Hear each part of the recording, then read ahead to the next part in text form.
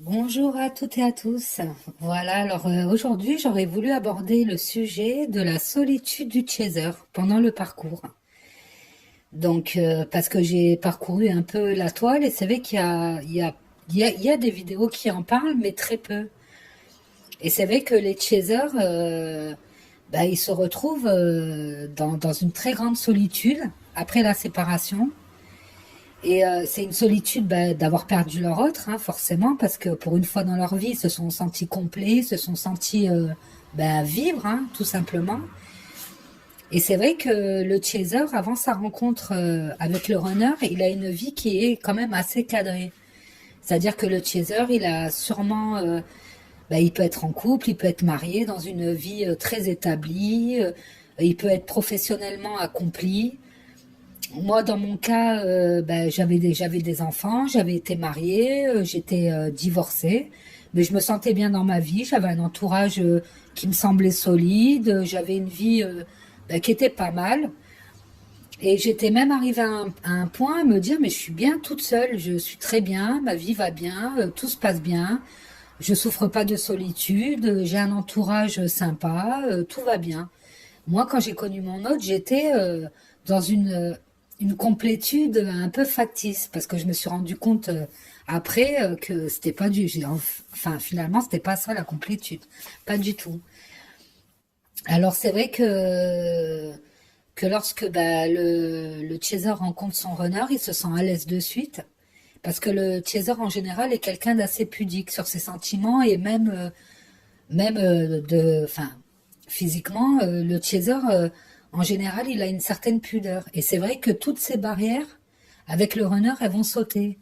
Il va se sentir revivre, l'enfant intérieur, il va commencer à aller guetter ce qui se passe dehors. Et c'est vrai qu'on a un sentiment de bien-être total au tout début, hein, au début de la lune de miel.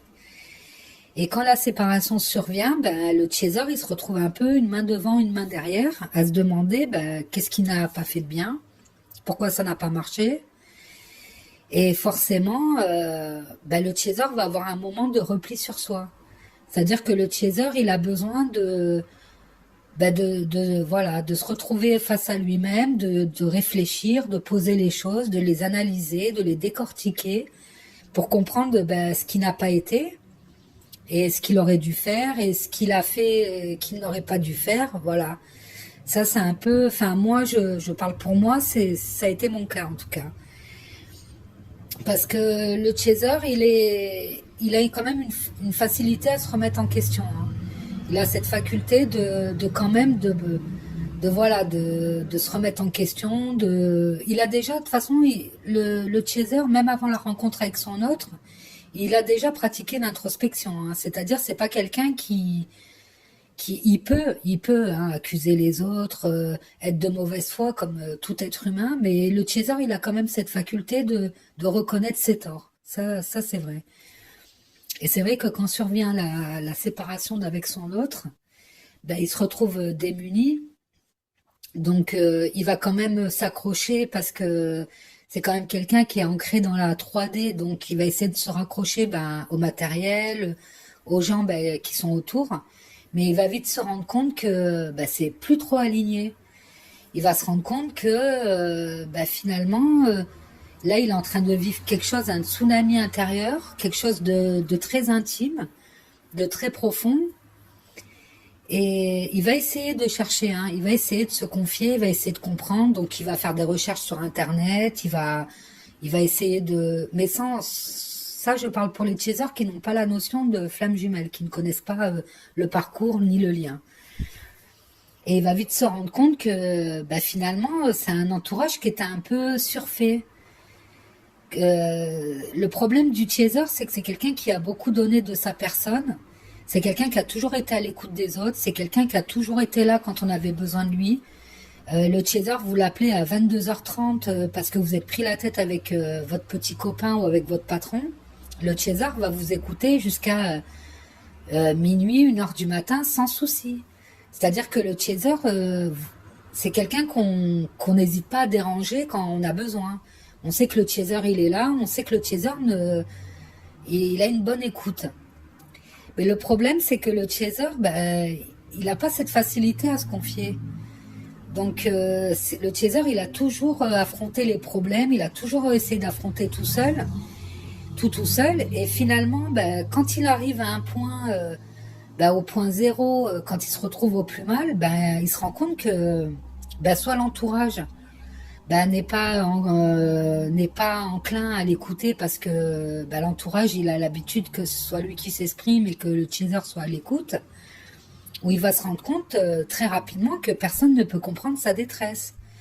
Et là, il s'installe une solitude, enfin voilà, une incompréhension incroyable parce que le chaser déjà n'arrive pas à comprendre cette douleur. Et il sait très bien, le chaser, que si lui n'arrive pas à la comprendre, à la gérer, personne ne pourra le faire à sa place. Si lui, il n'y arrive pas, personne ne pourra le sortir de là. Ça, c'est clair et net. Ensuite, le chaser, bon, il va traverser sa nuit noire de l'âme, hein, forcément. Donc, quand on a la notion de ce que c'est la nuit noire de l'âme, ben, je dis pas que c'est plus facile, mais on a quand même certaines clés. Tandis que quand on n'a pas la notion, ben, ça fait très peur, quoi. Et c'est vrai que c'est marrant parce que pendant ma nuit noire de l'âme, je sais pas si je l'ai expliqué dans l'audio précédent, mais je me réveillais en sursaut tous les soirs entre 3h15 et 3h20. Souvent de 3h18 du matin. Donc je me réveillais en sursaut, mais vraiment comme si on m'avait réveillée alors qu'il se passait rien. Et il y a pas longtemps, j'ai vu une citation, mais je ne saurais pas dire de qui elle est, je l'ai pas notée, et qui disait, quand on vit la nuit noire de l'âme, il est toujours 3h du matin. C'est incroyable. Et c'est vraiment ce qui s'est passé pour mon cas, en tout cas, hein. Et donc le chaser va traverser sa nuit noire de l'âme, il va essayer de recoller les morceaux. Entre-temps, bah, son entourage, il a bougé. Pas bougé dans le sens où il est parti, mais bah, voilà, le chaser, ben, il lui arrive aussi beaucoup de problèmes matériels pendant ce temps-là. Donc moi, je me suis retrouvée à avoir des gros soucis d'argent, des conflits avec mon fils aîné qu'il n'y avait pas avant. Il y a des personnes de mon entourage que je considérais comme être comme des amis qu'ils ont changé un peu de visage, quoi, qu'ils nous ont montré une autre facette de leur personnalité. Alors, soit, il y a deux solutions, c'est soit ils ont changé, ou soit il y avait certaines choses dont je me rendais pas compte. Et que quelque part, j'ai un voile qui s'est levé et que je me suis rendu compte de ce qui m'entourait finalement. Et le chaser va essayer, hein, de refaire sa vie. Le chaser, il va essayer. Le chaser, il va se dire, bon, c'est pas grave, je vais rencontrer quelqu'un d'autre. De toute façon, cette relation, elle était pas saine, elle était toxique. Mon autre, de toute manière, ne m'a rien apporté, il me donnait que des miettes. Regarde, maintenant il a disparu de mon champ de vision, c'était pas quelqu'un pour moi. Le chaser, il est dans l'incompréhension déjà de s'être attaché à quelqu'un qui ne lui correspondait pas au départ. Parce que c'est vrai que le runner, il a une autre vision de la vie qui est beaucoup plus légère, enfin qui paraît beaucoup plus légère. Parce que le runner, il a un petit côté un peu manipulateur, il sait très bien, il voit tout, il comprend tout, mais il fait un peu l'aveugle, hein, mais ça on en reparlera dans un autre audio. Donc le chaser va essayer de refaire sa vie, donc il y en a certains qui vont s'inscrire dans des sites de rencontres. Moi personnellement, je ne l'ai pas fait, mais bon, je continue à sortir. Voilà, j'ai essayé, hein, j'ai essayé de refaire ma vie, mais il y avait toujours quelque chose qui bloquait. Alors au début, c'est parce que je pensais trop à mon autre, donc ça, je me suis rendu compte que déjà d'envisager d'avoir des relations sexuelles avec quelqu'un d'autre que mon autre, c'était pas possible. Nous, enfin, avec ce que j'avais vécu avec lui, c'est pas tant dans les prouesses ou quoi que ce soit, mais l'intensité, elle était tellement là, on était tellement comme dans un cocon tous les deux que je me disais, je suis pas prête. Je suis pas prête à passer ce cap, je suis pas prête à voilà, me donner à quelqu'un d'autre, à avoir des relations intimes avec quelqu'un d'autre. Et ça, ça, je l'ai très vite compris. Bon, j'ai essayé, hein, je vais pas vous cacher, mais je me suis vite aperçue que je me sentais salie et que non, que je me suis rendu compte de l'importance de la sexualité. Je me suis rendu compte que d'avoir une relation sexuelle avec quelqu'un, c'était hyper intime. C'était pas quelque chose à prendre à la légère et que c'était vraiment ben, une énergie en fait qu'on partageait avec quelqu'un et qu'il fallait pas le faire à tort et à travers. Bon, ça je le savais avant, hein, ça c'est sûr, mais ça a pris encore plus de sens après lui. Et ensuite, bon, les années passant, bon, moi n'ayant pas conscience du lien, donc je voyais pas d'objection à refaire ma vie et à me consacrer à quelqu'un, donc il y avait aucun souci là-dessus. Mais ça bloquait. Donc soit j'entamais la relation avec la personne et ben voilà, elle éclatait dans l'œuf, il se passait rien, donc voilà, ça allait pas plus loin. Ou quand vraiment, alors ça m'a vraiment choqué. D'ailleurs, ça a choqué mon entourage. Quand j'avais, par exemple, on va dire comme ils disent maintenant, ils appellent ça un crush, c'est-à-dire que je crushais sur quelqu'un que je trouvais charmant et que c'était réciproque. Il se passait un événement qui faisait que ça pouvait pas se faire.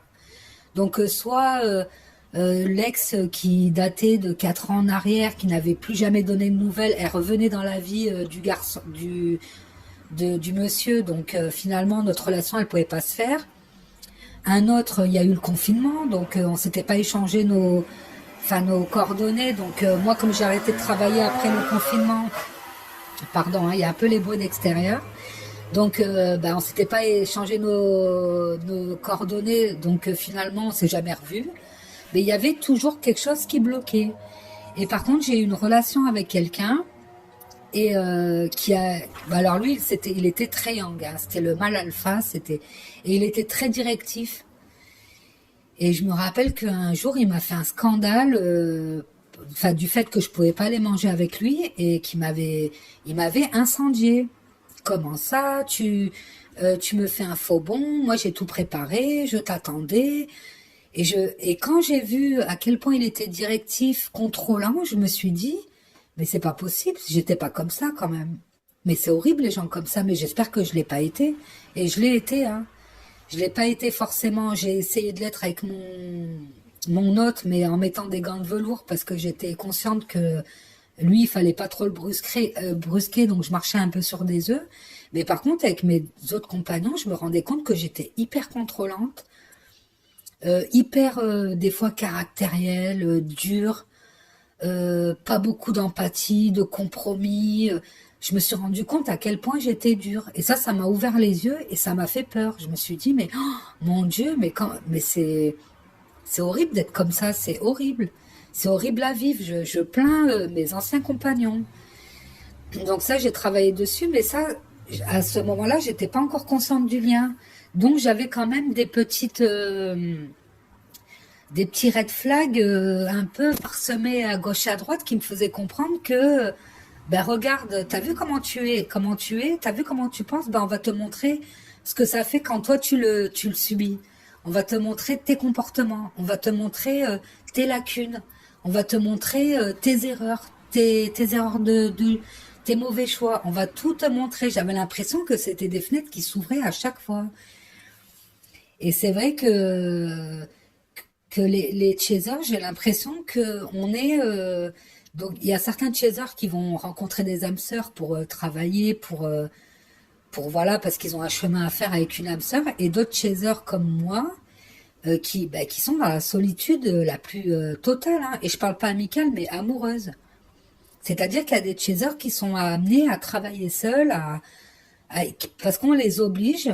Moi, je pense, hein, d'un regard extérieur, qu'on les oblige à se tourner vers eux. C'est non, non, attends, tu crois que tu vas avoir une aide extérieure, tu crois que non, non, non, tu vas travailler sur toi, tu vas te débrouiller toute seule et tu vas faire ton travail.